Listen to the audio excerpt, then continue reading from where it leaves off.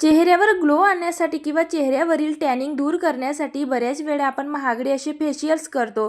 त्याचबरोबर वेगवेगळ्या प्रकारचे उपाय आपण आपल्या चेहऱ्यासाठी करत असतो.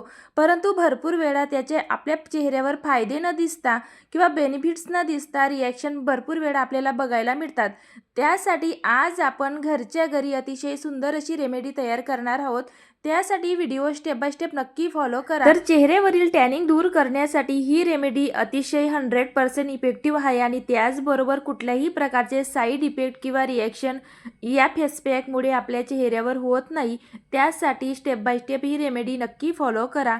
तर चला या ठिकाणी वेळ वाया न घालवता रेमेडीला सुरुवात करूयात.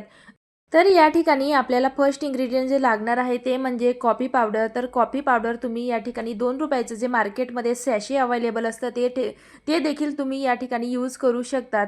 तर आपल्याला साधारणतः हाफ टेबलस्पून एवढी कॉफी लागणार आहे. कॉफीमध्ये अँटीऑक्सिडंट प्रॉपर्टी जी भरपूर जास्त प्रमाणात असते तसेच कॉफीमध्ये जे कॅफेन असतं ते आपल्या स्किनसाठी खूपच जास्त हेल्पफुल राहतं. ते आपल्या स्किनवरील जेवढी देखील टॅनिंग असते त्याचबरोबर डर्ट किंवा इम्प्युरिटीज असते ती सगळी आतून बाहेर काढण्याचं काम ही कॉफी करत असतं. त्यासाठी आपल्याला कॉफीचा आवर्जून वापर करायचा आहे.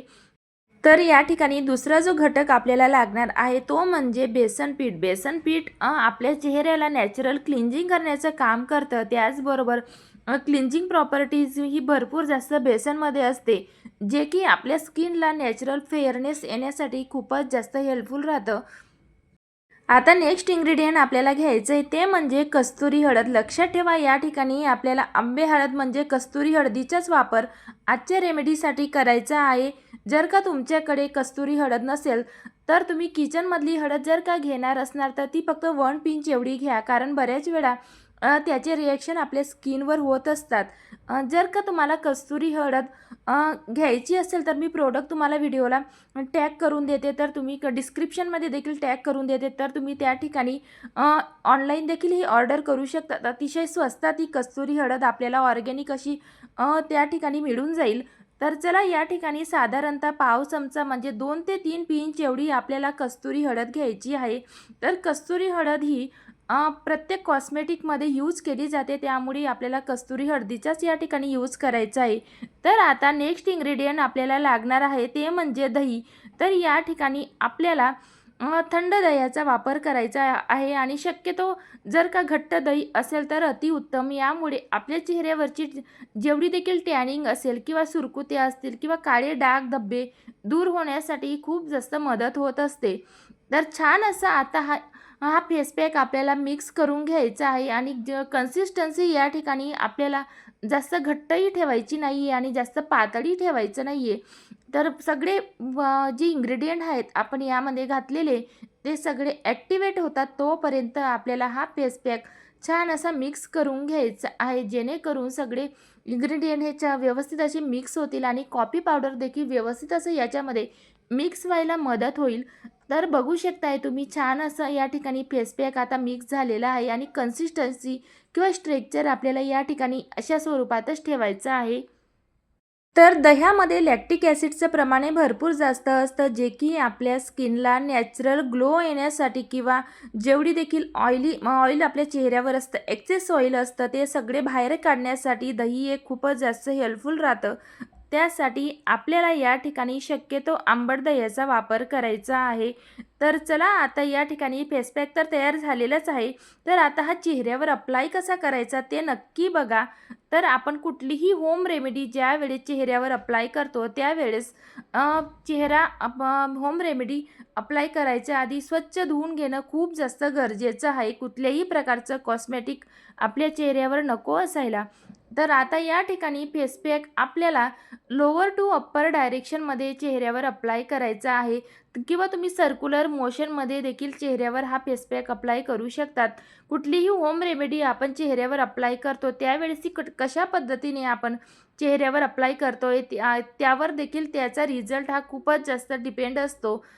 त्यासाठी व्यवस्थित असा पूर्ण चेहऱ्याला आधी आपल्याला 1 लेयर फेस पॅकची अप्लाय करायची आहे आणि हा फेस पॅक तुम्हाला कुठल्याही पार्लरमध्ये तुम्ही कितीही महागडं फेशियल करा त्या फेशियलपेक्षाही खूपच जास्त इफेक्टिव्ह हा फेस पॅक आहे. तुम्ही नक्की आठवड्यातनं एकदा हा फेस पॅक चेहऱ्यावर अप्लाय करा.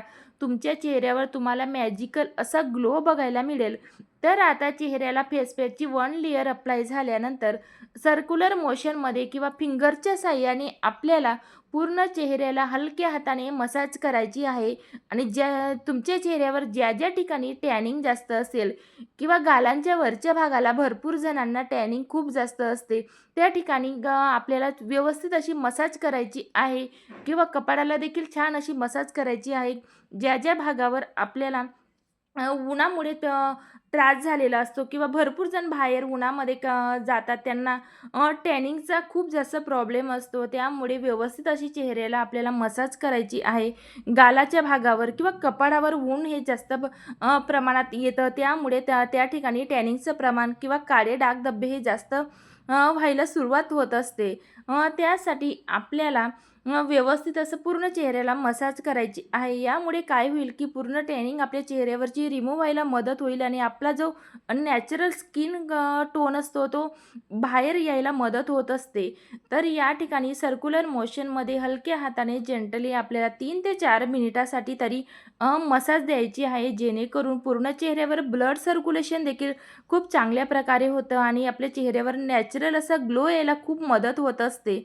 तर आपल्या चेहऱ्यावर जेवढी देखील घाण असते किंवा ब्लॅकहेड किंवा व्हाईटहेड असतात, ते देखील या प्रोसेसमुळे रिमूव्ह व्हायला किंवा मिनिमाइज व्हायला मदत होत असते.